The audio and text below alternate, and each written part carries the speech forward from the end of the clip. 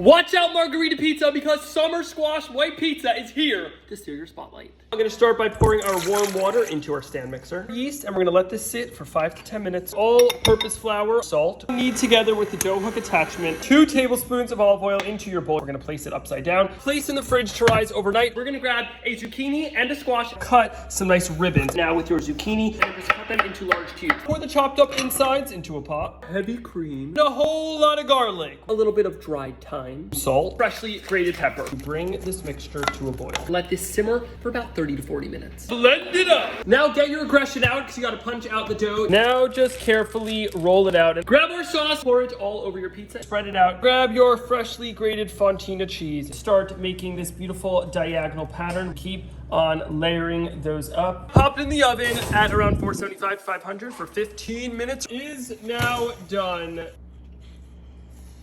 I'm going better than that.